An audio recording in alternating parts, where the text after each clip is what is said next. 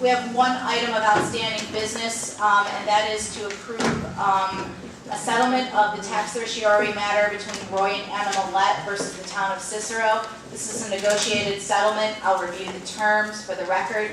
For the 2006-2007 tax year, we're agreeing to a full market value of $270,000 for the property. That equates to an assessed value of $14,040.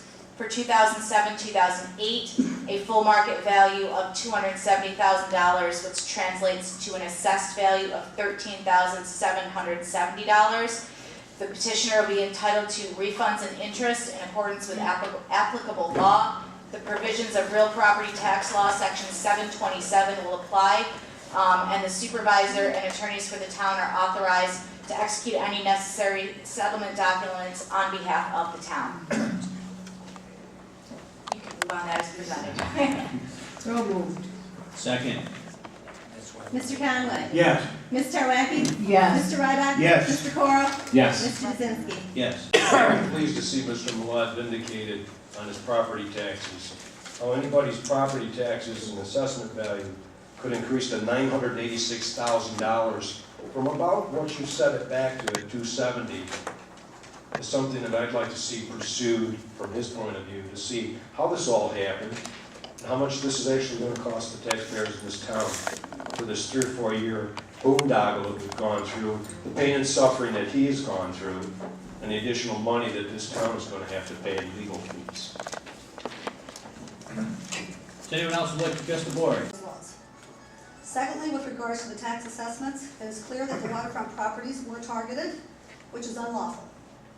Also, I'd like to add these Excel sheets to the minutes. We prepared these to show in black and white the gross errors and defects, Mr. Kaczynski's words, made by the town assessor on 3 adjoining waterfront streets. It's very important that these go in the minutes so that the town citizens can see for themselves how all over the place these numbers were.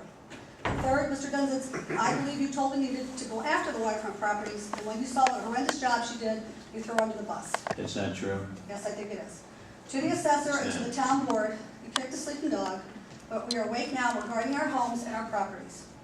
That said, it is now time for the town and the assessor and the citizens to work together to find a fair and equitable way to assess property values so that we all share the burden as equally as possible.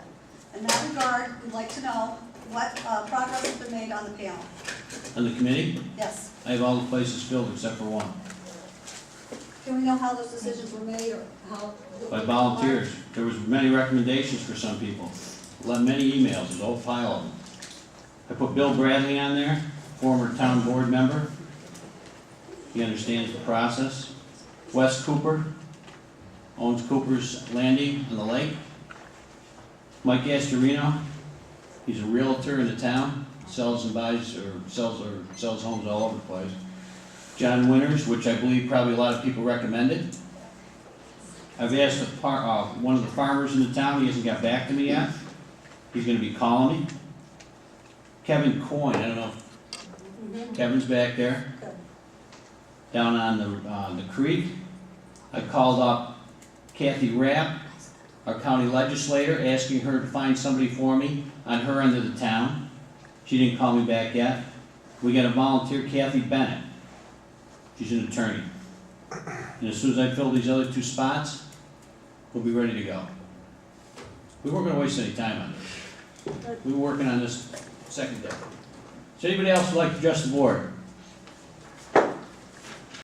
Jerry Kano, Long Point Road, and I would just like to ask Mr. Kaczynski, if it's still time, I would like to submit my name to be on your committee for appraisers. We can put your name in there. I got other 2 people. I got Greg Tupper on here too, and John Peperian.